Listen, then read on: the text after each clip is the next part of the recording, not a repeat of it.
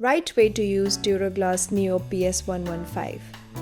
Start by flipping the scale and inserting the batteries into the compartment.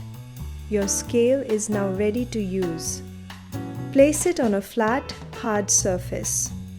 Avoid using it on carpets or soft mats for accurate readings. Step on the scale barefoot when the display shows 0 and ignore the first reading. Use the unit button at the back to switch between kilograms and pounds. Large, bright and clear numbers on the backlit display makes it easy to read. Measures from 5 kilograms to 180 kilograms.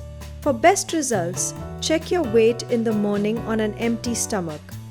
After use, wipe the scale with a dry or slightly damp cloth and store it in a dry place. Avoid cleaning with water. For longer battery life, remove the batteries when not in regular use.